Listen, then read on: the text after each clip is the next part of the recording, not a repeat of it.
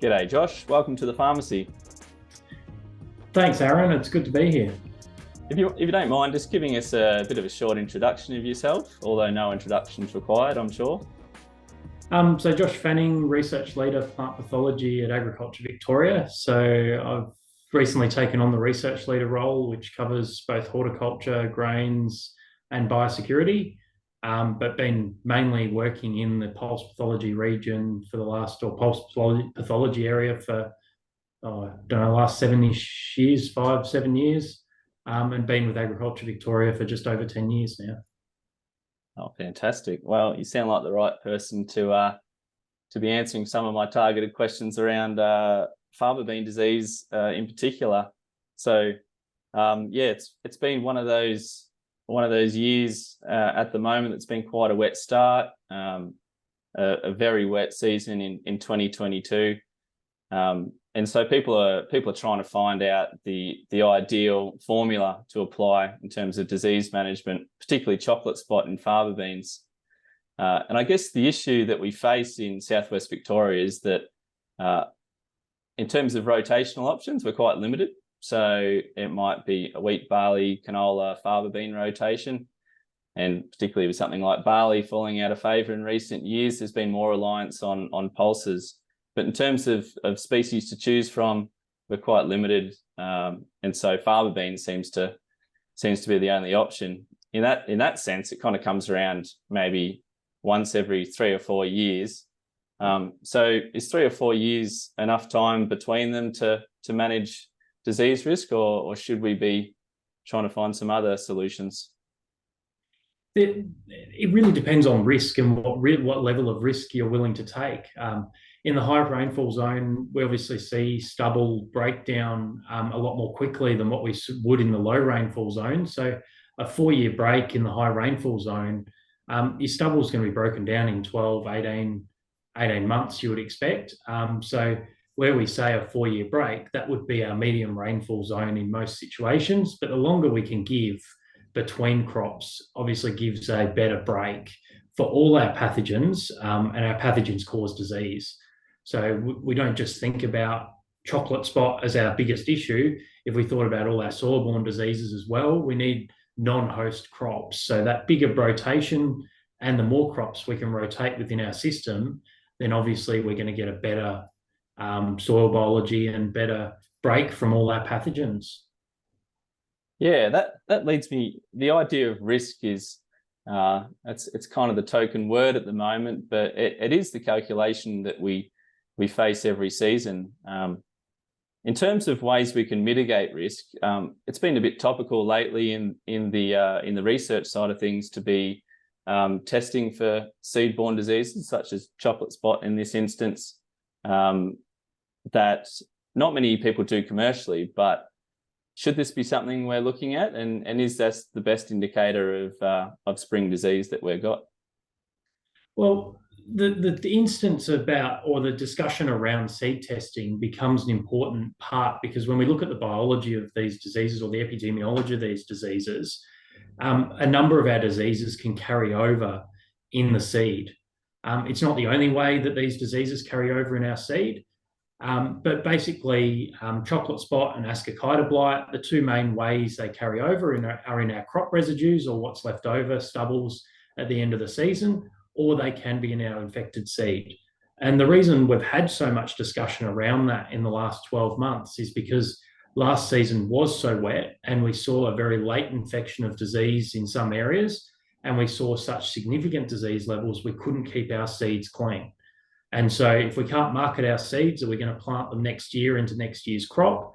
And then the other question was, there was very few clean crops last year that didn't have any level of seed infection or any level of pod infection of chocolate spot. Were we going to get clean seed? So my message from last year and to people later in the season was, can we use the seed from the season before when we knew we had cleaner crops? Can we look to other areas? Because some areas did have a successful season last year and did manage to keep their crops clean. So can we look at getting seed from another area? And then as a last resort, or what we should be doing probably most seasons, it just costs money and we don't like obviously spending that money, but it is an investment in our current crop is testing our seed. So the importance of testing the seed is that it's just one avenue of that seed transmission, is one avenue of transmission of the disease from season to season, or the pathogen from season to season, and the pathogen will then go on to potentially express the disease or cause the disease later in the season. So I suppose when we talk about seed-borne infection, the first thing that when I've been reading about botrytis as carried over in the seed or ascochyta, we often see reduced germination when we have infected seed. So the more infection or the greater level of infection of seed we have, the less germination, which then obviously is going to affect our plant establishment and then ultimately our grain yield. And the other part of it is that seed transmission or the pathogen in the seed can go on to affect early seedlings. And then if we have conducive disease conditions, then that early infection will go on to actually express as the disease and basically start that disease life cycle off again. And it will depend really on seasonal conditions, I suppose. So my recommendation would be to test your seed.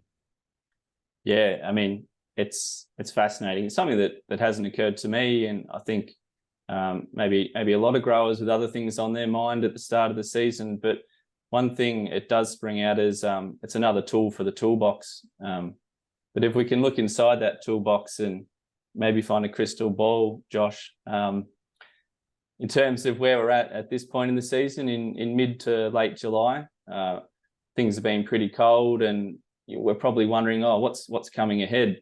But 2022 was just an absolute nightmare, particularly late disease.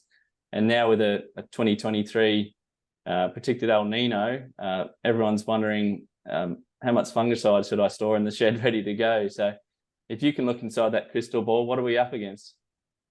I'd love to be able to be the weather gods and determine that. I think you'd be the richest farmer if you could work that one out. Or I don't think you'd be in farming if you could do that, to be honest. You'd have some other things that you'd do if you could predict the weather. But in terms of my thoughts around it, it's about considering that risk. So again, going with what risk we're starting off with, what diseases we see at the moment, what diseases are we seeing express themselves and at what time. And I suppose in a lot of respects, the high rainfall zone or that Western District is in a lucky situation in some respects, because you're going to need a certain level of fungicides every year. You're going to have reasonable yields. It is some of the highest yielding country or highest yielding land in Australia at times, especially with good management. And so having that fungicide plan in place, you're going to need it every year unless it's a real drought year. It's then just how many fungicides are we going to require in the absence of our varietal resistance, because we don't have any resistant variety beans. Yeah, it's I think, as you said, the expectation is there for return on investment with our fungicides, whereas a lot of other areas don't have that promise of ongoing yield potential. But I guess following on from that conversation about speculation, in terms of the research that's going on at the moment, what have we got to look forward to in terms of greater certainty or at least a risk management technique of what maybe the climatic conditions are, or those triggering factors? I know that we're partnering in a project that's extensive through the southern region into the northern regions. And what data is that looking to capture to help out decision making?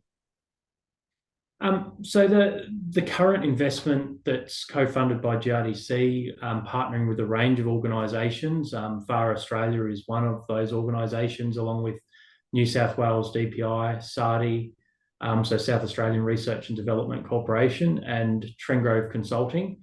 We're looking at botrytis across both lentils and faba beans. We're looking at botrytis across lentils and faba beans, and we're also looking at ascochyta across both crops in both South Australia, Victoria, and New South Wales. It's sort of a multifaceted approach to both the epidemiology of the disease as well as the management. So part of that project will look at the environmental conditions that are causing disease. So part of SARDI's component in that project, and I should say SARDI is part of the University of Adelaide as well, which we've got biometricians in the University of Adelaide working on this project as well. But part of the environmental component will be using loggers in crop to be able to determine those optimal conditions when botrytis gets going. And we had some interesting results. This has sort of come out of some interesting results a few years ago when I was working with Mohsen Filani out of SARDI. We looked at pathogen growth in a Petri dish on agar and found that isolates from Victoria, so when we've taken a disease sample from southern Victoria and then got a single spore off that pathogen that we've isolated off a chocolate spot lesion, but we found that in Victoria, that condition was slightly less than some of our pathogens that we isolated from South Australia. So hopefully with this environmental monitoring in crop, we can start to pull that out. Instead of being in the lab, we can pull it out in the field, in those Far Australia trials and some of those other trials that we've got across Australia, in both lentils and beans.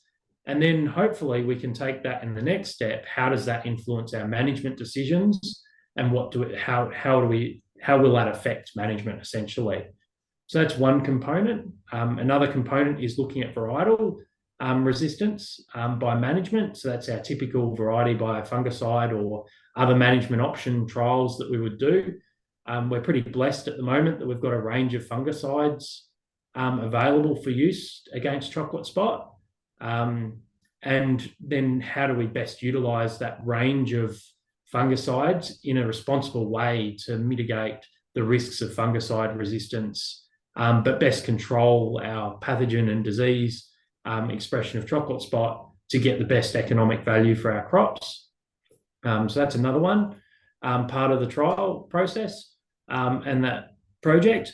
And probably the last part of it is about relating disease severity to yield loss. So we know that more disease usually equals more yield, but do we really know that? And how much disease do we need before we see yield loss?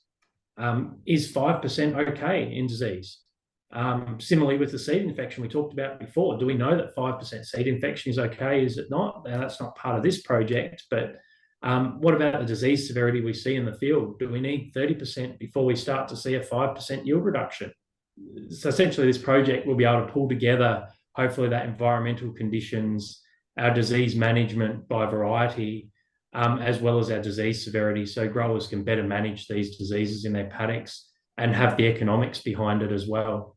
I think, like, as you said, in terms of trying to match severity against dollar return or against the potential for that disease to take off, if that 5% seen at a certain time of year, it takes away some of those emotional aspects of it.